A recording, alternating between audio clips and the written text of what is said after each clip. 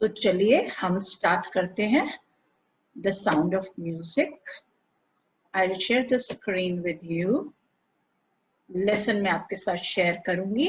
आपको स्क्रीन पे बिल्कुल क्लियर दिखाई दे रहा है Akanksha? Yes ma'am. Fine fine बेटा। The sound of music part 1, ये इस लेसन का टाइटल है, जिसके ऊपर मैं पॉइंटर से कर्सर से पॉइंट आउट कर रही हूँ। Evelyn Glennie listens to sound without hearing it. जैसा कि मैंने कल समझाया था आपको कि एवलिन ग्लेनी सुन तो सकती हैं किस आवाज को, विदाउट हियरिंग इट मीनिंग कानों से नहीं सुन पाती। एक अद्भुत शक्ति है उनके पास जिसकी वजह से वो सुन पाती हैं। वो हमें आज डिस्कवर करना है कि वो क्या चीज है। God may have taken her hearing, but he has given her back something extraordinary. साथ साथ आपको मैं वर्ड्स के मीनिंग्स भी बताती जाऊंगी। फिर भी कोई लाइन अगर आपको आकांक्षा क्लियर नहीं होगी तो आप मेरे से दोबारा पूछ सकते हैं, ठीक है? God may have taken... yes ma'am, yes ma'am. किसी ने कहा कि भगवान, उसकी सुनने की शक्ति भगवान ने उससे ले ली है, लेकिन भगवान ने उसको प्रदान किया है एक अद्भुत शक्ति। एक्स्ट्रा ऑर्डिनरी होता है विशेष, जो अद्भुत होती है, सबसे डिफरेंट होती है। What we hear she feels। जो चीज हम कानों से सुन सकते हैं, जो आवाज हम कानों से सुन सकते हैं, वह कानों से नहीं सुन सकती क्योंकि उसकी सुनने की क्षमता खो चुकी है, लेकिन वो उसे महसूस कर सकती है far more deeply than any of us। और वो जो फील करके, महसूस करके उसको सुनती है, समझती है, वो जो हम कानों से सुनते हैं उससे भी कहीं ज्यादा अच्छा अनुभव होता है। That is why she expresses music so beautifully। शायद यही कारण है कि वो संगीत को बहुत खूबसूरती के साथ एक्सप्रेस करती है, व्यक्त करती है। Now here you are going to read the story. Read the following account of a person who fought against a physical disability। ये जो कहानी है पार्ट 1, ये एवलिन ग्लेनी की है। अकाउंट ऑफ अ पर्सन, उस व्यक्ति की कहानी है। Who fought against, जिसने संघर्ष किया, किसके अगेंस्ट? Physical disability. वो कानों से नहीं सुन सकती थी, कोई पैरों से नहीं चल सकता, कोई आंखों से नहीं देख सकता, कोई ना कोई फिजिकल डिसेबिलिटी जिसकी होती है तो उसको हम क्या कहते हैं? डिसेबल, या हम हैंडीकैप्ड कहते हैं, जिसको हिंदी में आपने आम सुना होगा, हम उसको विकलांग कहते हैं, राइट? हालांकि मैं आई टेल यू कि मैं कभी हैंडीकैप्ड वर्ड ऐसे लोगों के लिए इस्तेमाल नहीं करती, हम उनको स्पेशल लोग कहते हैं, राइट? तो लेकिन आपके समझाने के लिए कि उनको विकलांग कहते हैं, तो इस तरह से एवलिन ग्लेनी, क्योंकि उनकी सुनने की शक्ति खो चुकी थी, तो वो एक विकलांग थी और अपनी इस विकलांगता की वो लड़ाई लड़ रही थी। वो इसको अपनी एक कमजोरी नहीं बनाना चाहती थी, बट इस पर विजय प्राप्त करके सफलता पाना चाहती थी। And that's how she made her life a success story।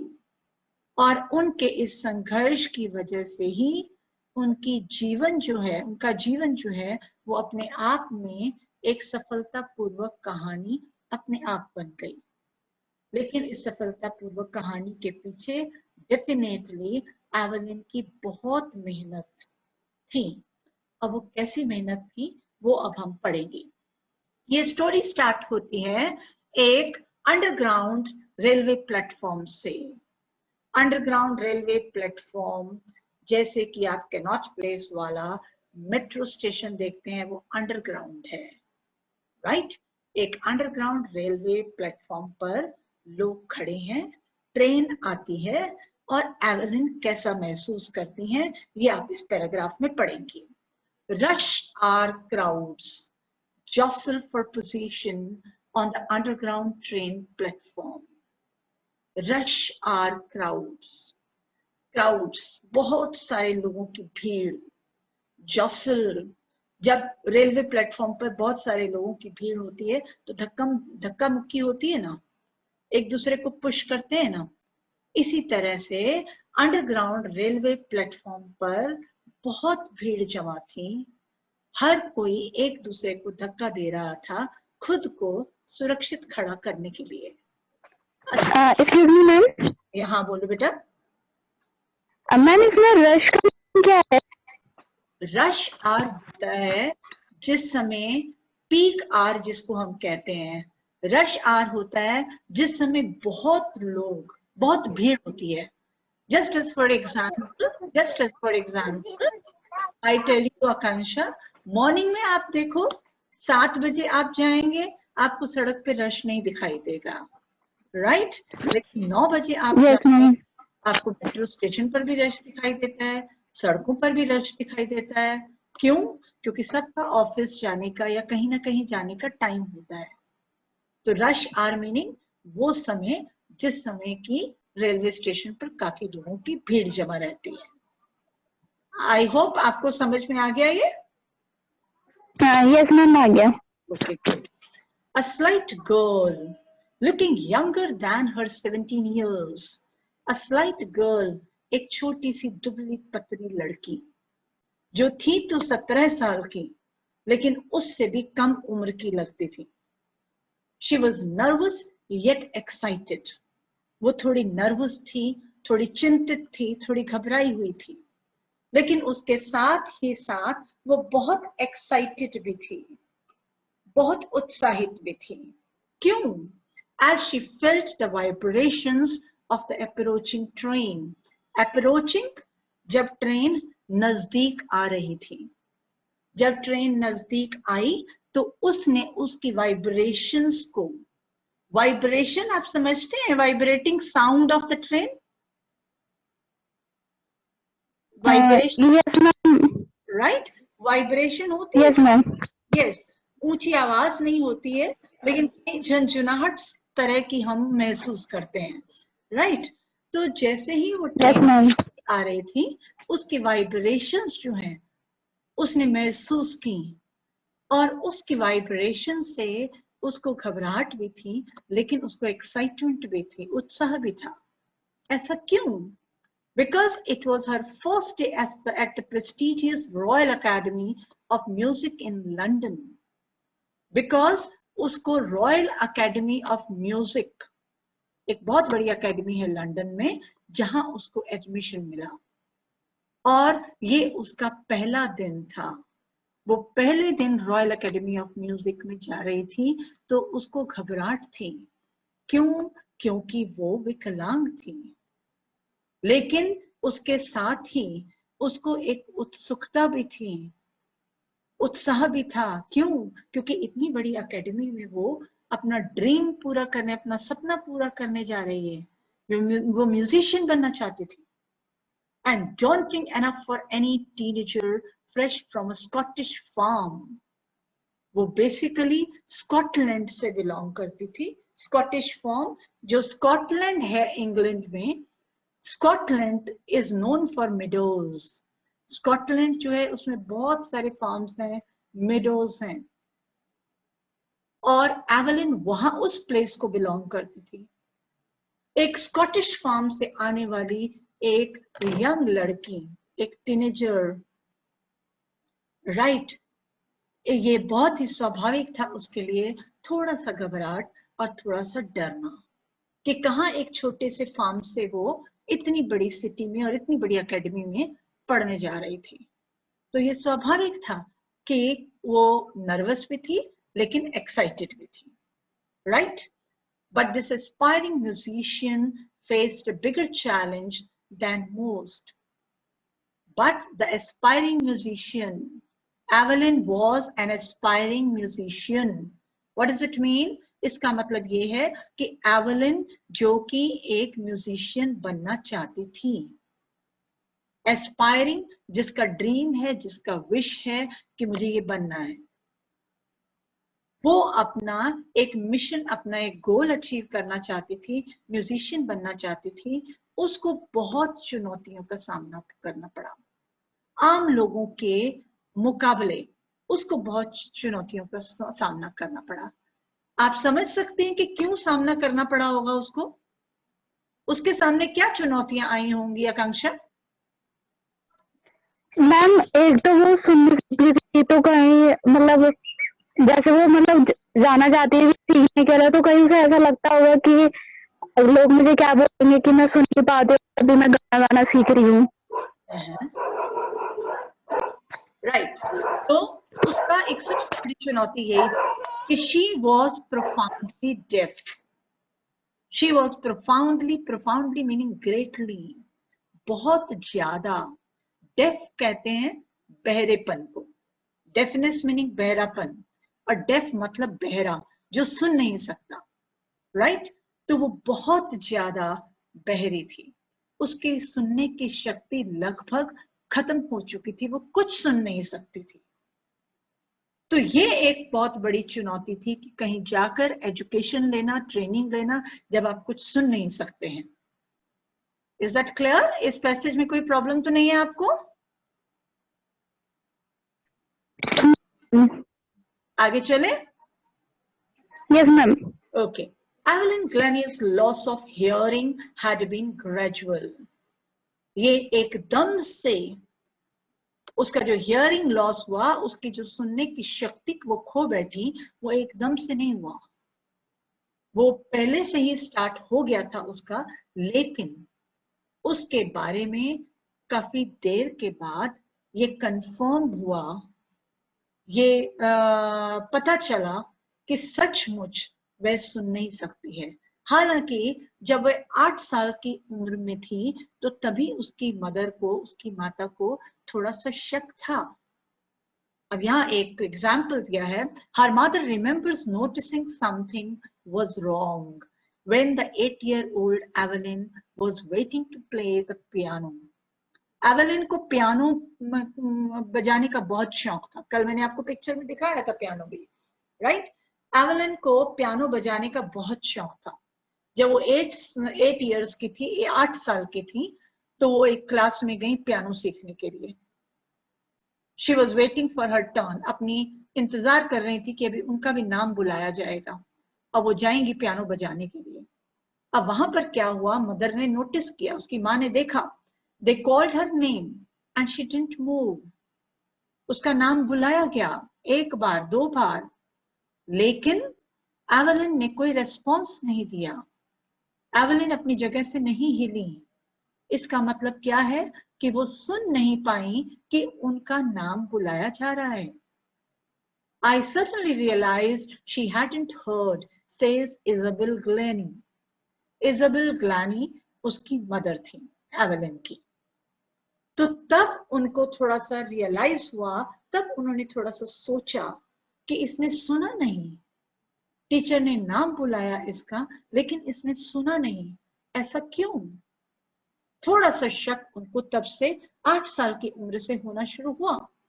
For quite a while, Evelyn managed to conceal her growing deafness from friends and teachers. Evelyn को भी पता चल गया था कि उसको सुनाई नहीं देता, लेकिन वो किसी तरह से अपनी जो उसका बहरापन बढ़ता जा रहा था, उसको अपने फ्रेंड्स और अपने टीचर्स के साथ बड़ी होशियारी से छुपा लेती थी। कंसील मीनिंग छुपा लेना, राइट? वो छुपा लेती थी उनसे, उनको पता ही नहीं चलने देती थी कि उसको सुनाई नहीं दे रहा। But by the time she was 11, her marks had deteriorated.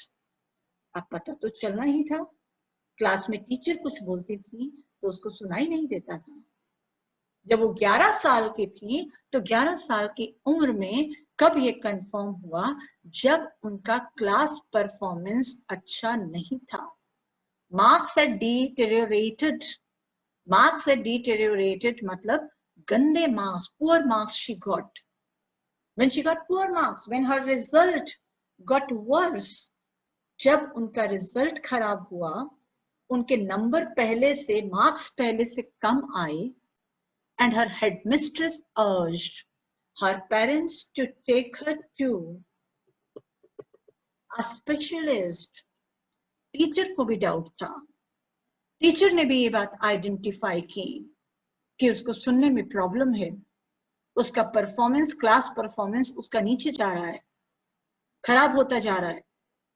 तो हेडमिस्ट्रेस ने पेरेंट्स को, अर्ज्ड हर पेरेंट्स मीनिंग पेरेंट्स को रिक्वेस्ट किया कि आप इसको किसी स्पेशलिस्ट को दिखाएं, किसी स्पेशलिस्ट को दिखाएं, क्योंकि इसका परफॉर्मेंस बहुत नीचे चला गया है, बहुत बिगड़ गया है। तो क्या वजह हो सकती है? It was then discovered that her hearing was severely impaired as a result of gradual nerve damage. It was then discovered, तब ये पता चला, तब ये मालूम हुआ कि her hearing, उसके सुनने की क्षमता was severely impaired. Impaired नष्ट हो चुकी थी, उसकी सुनने की क्षमता severely impaired, बहुत बुरी तरह से नष्ट हो चुकी थी। क्यों? उसका रीजन क्या था?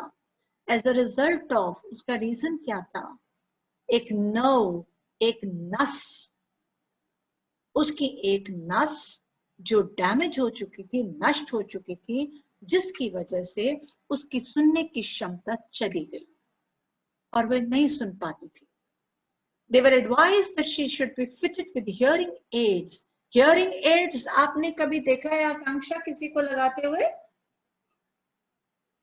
कान में hearing aids? यस मैम, देखा है।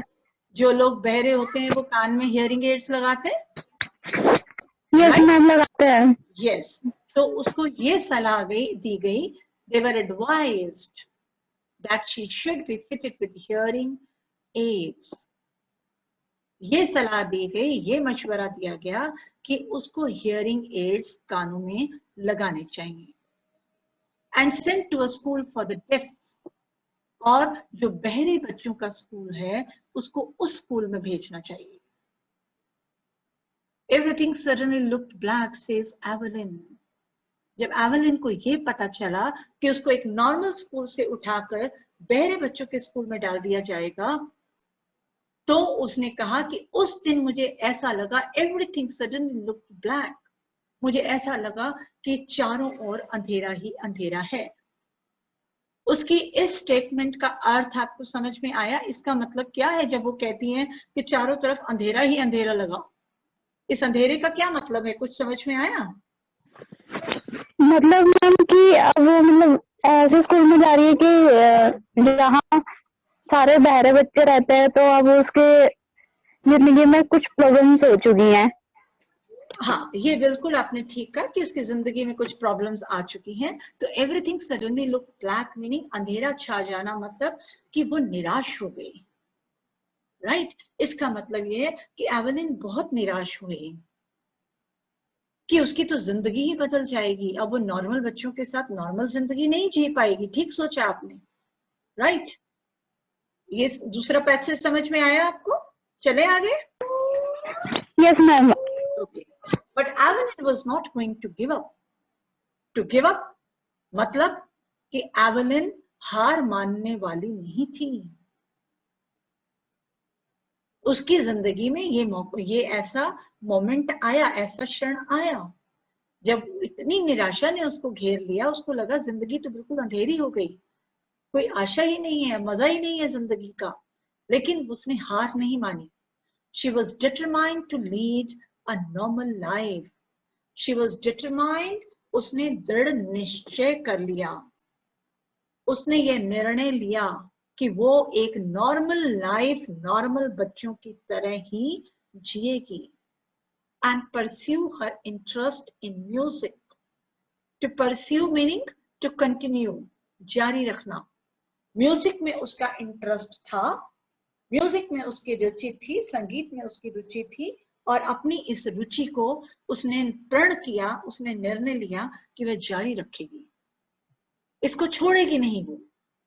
तो इस तरह से संगीत को ही उसने अपना एक उद्देश्य बना लिया, अपनी एक मंजिल बना ली, और संगीत ही उसके जीवन का एक हिस्सा बन गया, इनफैक्ट एक जीवन ही बन गया।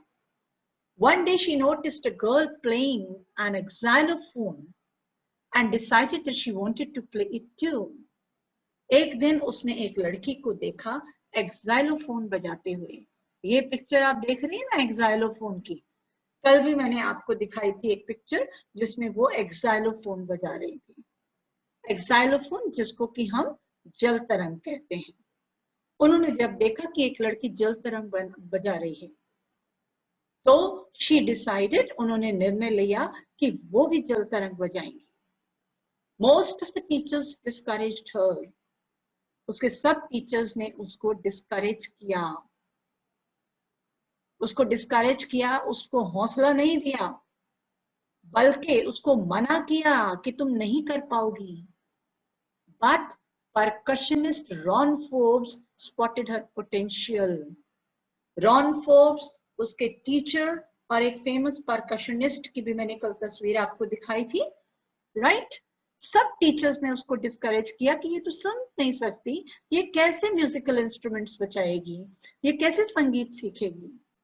लेकिन एक परकशनिस्ट जो कि बहुत सारे साज, बहुत सारे इंस्ट्रूमेंट बजाते थे और टीचर भी थे, रॉन फोर्ब्स, ही स्पॉटेड, ही नोटिस्ड, उन्होंने नोट किया, उन्होंने देखा कि एवलिन हैज पोटेंशियल, एवलिन में वो योग्यता है, वो काबिलियत है कि वो एक म्यूजिशियन बन सकती है और वो म्यूजिक सीख सकती है।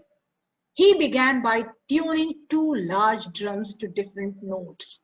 अब ये आगे आने वाली लाइन जो है, इनको आप ध्यान से सुनेंगे और इनमें से कोई भी प्रॉब्लम आपको वो नहीं समझ में आएगी तो आप मुझे बताएंगे, ठीक है? He began by tuning two large drums to different notes. अब रॉन फोर्ब्स ने क्या किया, वो दो ड्रम लाए, ड्रम जो बजाने वाले, राइट? वो दो ड्रम लाए और दोनों ड्रम को उन्होंने दो अलग अलग नोट्स, मीनिंग दो अलग अलग स्वर दिए, दो अलग अलग धुन दी उनको, राइट?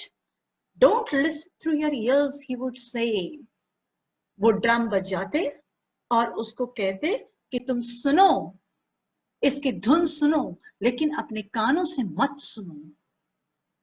उनको मालूम था कि वो कानों से नहीं सुन सकती आकांक्षा, तो वो क्या चाहते थे, उसको, उसका ध्यान कानों से हटा रहे थे कि कानों से अपना ध्यान हटाओ, कानों से तुम नहीं सुन सकती हो, try to sense it some other way, किसी और तरीके से सुनने की कोशिश करो।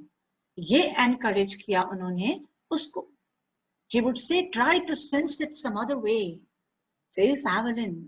Suddenly I realized, एवलिन ने रॉन फोर्ब्स की बात मानी, उनकी बात का अनुसरण किया, और एवलिन कहती हैं कि क्या क्या एक्सपीरियंस रहा उनका, उन्होंने अपना एक्सपीरियंस बताया। Suddenly I realized I could feel the higher drum from the waist up and lower one from the waist down. अब ये हायर ड्रम और लोअर ड्रम क्या है? हायर ड्रम मतलब ऊंची धुन, लोअर वन मीनिंग धीमी धुन। एंड सडनली, अचानक से एवलिन को रियलाइज हुआ, उन्होंने महसूस किया कि ओ यस, वो सुन सकती है, मतलब वो फील कर सकती है, महसूस कर सकती है इसकी आवाज को, ड्रम की आवाज को। वो कैसे? जो ऊंची आवाज, ऊंची धुन थी, वो वेस्ट मतलब कमर, राइट? वेस्ट का अर्थ होता है कमर। तो शी सेड कि कमर से ऊपर वाली जो बॉडी का हिस्सा था, उसमें उनको जो ऊंची धुन थी उसका एहसास होता था, वो महसूस होती थी। तो इस तरह से वो सुनती थी। और धीमी धुन को वो कमर के नीचे वाले अपनी बॉडी के हिस्से से सुनती थी। Forbes repeated the exercise. Ron Forbes रुके नहीं, वो बार बार ड्रम बजाते रहे, कभी धीमी धुन और कभी ऊंची धुन, तेज धुन बजाते रहे, वो रिपीट करते रहे। And soon Evelyn discovered that she could sense certain notes in different parts of her body. और तुरंत उन्होंने, एवलिन ने यह खोजा, यह पाया क्या, कि वो ये सारी धुन अपनी डिफरेंट बॉडी पार्ट्स से महसूस कर सकती हैं, सुन सकती हैं। I had learned to open my mind and body to sounds and vibrations. Evelyn ने क्या कहा, उसको पता था कि वे कानों से सुन नहीं सकती, कान बंद रखे, कान बंद रखे मतलब कानों के ऊपर फोकस नहीं किया। And I had learned, meaning उन्होंने सीखा, to open her mind and body. अपनी माइंड एंड बॉडी से साउंड्स एंड वाइब्रेशंस को वो सुन पाई। देखो बेटा, कई बार ऐसा होता है ना, कोई बहुत अच्छा गाना होता है ना, हम कहते नहीं है कि ये गाना तो मेरे दिल को छू गया। आकांक्षा, ऐसा होता है आपके साथ? यस मैम, होता है ना, इट टचेस आवर हार्ट। तो जरूरी नहीं है, कई बार कोई गाना हम सुनते हैं, लेकिन कई बार कोई धुन भी सुनते हैं हम, है ना, वो भी हमें छू जाती है। और कई बार हम नहीं सुन रहे होते उसी को, लेकिन वो इतनी हमारे दिल को छू जाती है कि वो जब नहीं प्ले हो रही होती है, उसके बाद भी हमें कहीं ना कहीं अंदर महसूस होती है, हमें याद आती है कि बड़ी प्लेजेंट धुन थी वो। राइट? Yes ma'am. यही कुछ एवलिन के साथ हुआ।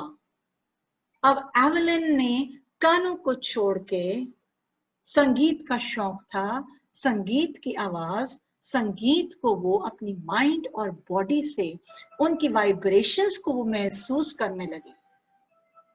Right? The rest was share determination and hard work. लेकिन खाली अपनी माइंड और बॉडी से उन साउंड्स को सुनना ही नहीं था, बल्कि उसके अलावा उनका डिटर्मिनेशन, शेयर डिटर्मिनेशन मीनिंग दृढ़ निश्चय, एंड हार्ड वर्क, परिश्रम, ये सब भी रंग लाया, ये सब भी ऐड किया। इन सब को मिलाकर ही वो अपनी मंजिल को पा सकी, एक म्यूजिशियन बन सकी, एक परकशनिस्ट बन सकी। पहले तो उन्होंने अपने टीचर की बात को ध्यान से सुना, दूसरा उन्होंने कॉन्सेंट्रेट किया कानों पर नहीं, बल्कि माइंड एंड बॉडी पर, जब उनके टीचर ने बताया कि कानों को छोड़ दो और कोई दूसरा तरीका ढूंढो। राइट? और उसके साथ ही उन्होंने बहुत मेहनत की और दृढ़ निश्चय किया कि मुझे ये म्यूजिक सीखना है, और इन सब के द्वारा ही वो अपनी मंजिल को प्राप्त कर पाएंगे। I hope you understand this, Akanksha. Yes ma'am. आगे कंटिन्यू करें बेटा? Yes ma'am. Okay. She never looked back from that point onwards. उसके बाद सफलता आगे ही आगे एवलिन को लेती गई। उसके बाद एवलिन ने पीछे मुड़कर नहीं देखा। क्यों? क्योंकि वो कामयाब होती गई। उस कामयाबी का क्या कारण था? What was the reason of her success? क्योंकि मैं वो काम नहीं सुनती थी, अपने अलग अलग बॉडी पार्ट से आज को महसूस करती थी, और जो उनके जो सर थे उन्होंने उनको ये बताया कि तुम कभी कान से मत सुनो, कान से तुम नहीं सुनाई देगा, तुम महसूस करो उस आवाज को। Right, very good response. लेकिन साथ साथ आकांक्षा, कुछ एक वर्ड्स एंड फ्रेजेस हैं, ये आपको इनको ध्यान में रखना है। राइट? डिटर्मिनेशन। Okay ma'am. क्योंकि ये आपको यूज करने पड़ेंगे बेटा। राइट? तो ये उसकी डिटर्मिनेशन, हार्ड वर्क था, जिसकी वजह से वो आगे बढ़ गई, उन्होंने पीछे मुड़ के नहीं देखा। She toured the United Kingdom। अब तो भी कामयाब थी वो, अब तो अपनी मंजिल पर वो चल पड़ी, अपनी राह पर चल पड़ी। अब उनकी जर्नी ऐसे शुरू हुई, यात्रा ऐसे शुरू हुई, वो यूनाइटेड किंगडम गई, यूनाइटेड किंगडम इंग्लैंड गई विद यूथ ऑर्केस्ट्रा। एक कोई बैंड था ऑर्केस्ट्रा का, उनके साथ गई। And by the time she was 16 she had decided to make music her life. अब 16 साल की उम्र तक एवलिन इतनी कॉन्फिडेंट हो चुकी थी, एवलिन इतना आत्मविश्वास था उनमें, दृढ़ निश्चय तो था, लेकिन अब सफलता की वजह से इतना आत्मविश्वास था कि वो ये पहले ही निर्णय ले चुकी थी कि म्यूजिक को ही वो अपनी जिंदगी का हिस्सा बनाएंगी। म्यूजिक ही अब उनकी लाइफ के लिए में सब कुछ होगा। The most important thing in our life will be music. She auditioned for the Royal Academy of Music. Royal Academy of Music London जाने से पहले उन्होंने उसका ऑडिशन दिया। अभी ऑडिशन क्या होता है? ये एक शॉर्ट परफॉर्मेंस होता है, ये एक तरह का टेस्ट होता है। जब किसी म्यूजिक कंपटीशन में जाते हैं आप या किसी म्यूजिक एकेडमी में जाते हैं आप, तो एक छोटा सा परफॉर्मेंस देना पड़ता है, एक टेस्ट देना पड़ता है, राइट? कि आप इस पर्टिकुलर कोर्स के लिए या इस पर्टिकुलर कंपटीशन के लिए आप सक्सेसफुल हैं या नहीं। आप ये वाले प्रोग्राम देखती हैं टीवी पर, ये सोनी क्या है, सोनी आइडल? Yes ma'am. देखती हैं आप? Super dancers, yes ma'am. Yes, वो भी देखती होंगी, सुपर डांसर भी देखती होंगी, है ना? तो इन सब प्रोग्राम्स यस मैम। ये जो बच्चे आते हैं, ये यहाँ पर आने से पहले इन्होंने एक ऑडिशन भी दिया होगा, राइट? और उसमें उन्होंने टेस्ट दिया होगा। तो ऐसा ही एक टेस्ट एवलिन ने भी दिया रॉयल अकेडमी ऑफ म्यूजिक में एडमिशन लेने के लिए, and scored one of the highest marks in the history of the academy. और सबसे ज्यादा अंक उन्होंने प्राप्त किए, इतने अच्छे मार्क्स आए कि अकेडमी में आज तक इतने मार्क्स किसी के नहीं आए थे। She gradually moved from orchestral work to solo performances. पहले तो वो ऑर्केस्ट्रा टीम के साथ काम करती थी, ऑर्केस्ट्रा टीम में कोई साज बजाती थी जो भी उनको दिया जाता था, लेकिन उसके बाद ग्रेजुअली धीरे धीरे टीम वर्क से वो सोलो परफॉर्मेंस देने लगी। सोलो मीनिंग अकेली। अब वो अपना अकेला परफॉर्मेंस देती थी, अब वो अकेले ही साज बजाती थी स्टेज पर आकर। At the end of her 3-year course, she had captured most of the top awards. और 3 साल के कोर्स के खत्म होने तक जितने बड़े बड़े अवार्ड्स एकेडमी के थे वो सारे उनको मिले।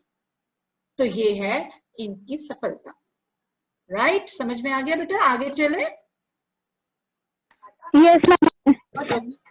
And for all this, Evelyn won't accept any hint of heroic achievement. और इतनी सफलता प्राप्त करने पर भी एवलिन ऐसा नहीं मानती थी कि वो कोई सुपरस्टार बन चुकी हैं। Any hint of heroic achievement meaning उनमें बिल्कुल भी ये भाव नहीं था कि वो एक सुपरस्टार बन चुकी हैं या बहुत बड़े मुकाम पर पहुंच चुकी हैं। नहीं, ऐसा नहीं मानती थी। वो क्या मानती थी? If you work hard and know where you are going, you will get there. वो ये मानती थी कि आपको मेहनत करनी है। अगर know where you are going, अगर आपके पास you know where you are going meaning अगर आपके पास मंजिल है, अगर आपने अपना उद्देश्य तय कर रखा है, तो फिर आपको मेहनत करनी पड़ेगी। और इस मेहनत से ही you will get there meaning आप अपनी मंजिल को प्राप्त कर सकते हैं। And she got right to the top. The world's most sought after multi-percussionist with a mastery of some 1,000 instruments and hectic international schedule. और उस मेहनत की वजह से वो टॉप पर पहुंची और आज दुनिया की वो सबसे बड़ी ऐसी दुनिया की एक ऐसी हस्ती है जो कि कितने साज 1000 से भी ज्यादा साज वो बजा सकती हैं, राइट? और आज उनका स्केड्यूल, उनकी लाइफ इतनी बिजी है उनका इतना स्ट्रिक्ट इंटरनेशनल अंतरराष्ट्रीय लेवल पर उनकी लाइफ इतनी बिजी है, उनका स्केड्यूल इतना टाइट है कि आज एक जगह कॉन्सर्ट देना है तो कल दूसरी जगह परफॉर्म करना है। इतनी ज्यादा वो टॉप पर पहुंच चुकी हैं, राइट।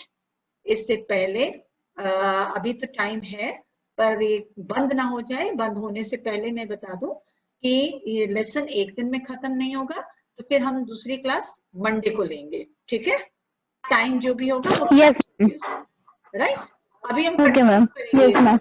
अभी कंटिन्यू करेंगे। It is intriguing Yes, ma'am. Evelyn functions so effortlessly without hearing. It is intriguing. It is intriguing. बड़ी अद्भुत बात है, बड़ी अद्भुत बात है, बड़ी हैरानी की बात है, आश्चर्य कर देने वाली बात है कि एवलिन कितनी एफर्टलेसली, कितने प्रयास करती है कि बिना कानों से सुने वो इतने अच्छे साज बजाती हैं। जो साज वो बजा रहे हैं उसकी आवाज उनके कानों से तो आ नहीं रही, लेकिन वो उसको इतनी सक्षमता से महसूस करती हैं कि इतनी सक्षमता से वो बजाती हैं। In our 2-hour discussion, she never missed a word. Men with bushy beards give me trouble, she laughed. 2 घंटे लगातार वो साज बजाती रहती हैं, 2 घंटे लगातार वो साज बजाती रहती हैं, और उसके बाद कभी कभी बीच बीच में जोक भी करती हैं, हंसी मजाक भी करती हैं, जिससे पता चलता है कि वो बहुत ही जोवियल भी हैं, राइट। अब नेक्स्ट पेज से हम मंडे को कंटिन्यू करके एवलिन ग्लेनी को खत्म करेंगे, ठीक है। अब आपके पास कोई अगर आपकी कोई प्रॉब्लम है तो बताएंगे बेटा। लगा मुझे। हाँ जी बेटा। मैम मैं कह रही मुझे बहुत अच्छा chapter. Okay, thank you very much. अच्छा लगा आपको, लेकिन कहीं कोई प्रॉब्लम आप मेरे से क्लास में भी पूछ सकती हैं या फिर एड ग्रुप पे मुझे पोस्ट कर सकती हैं, ठीक है। Okay ma'am. Okay, now you can leave, we will see on okay, thank you ma'am. Right, on Monday. Okay ma'am. Okay बेटा, thank you. Thank you, welcome ma'am.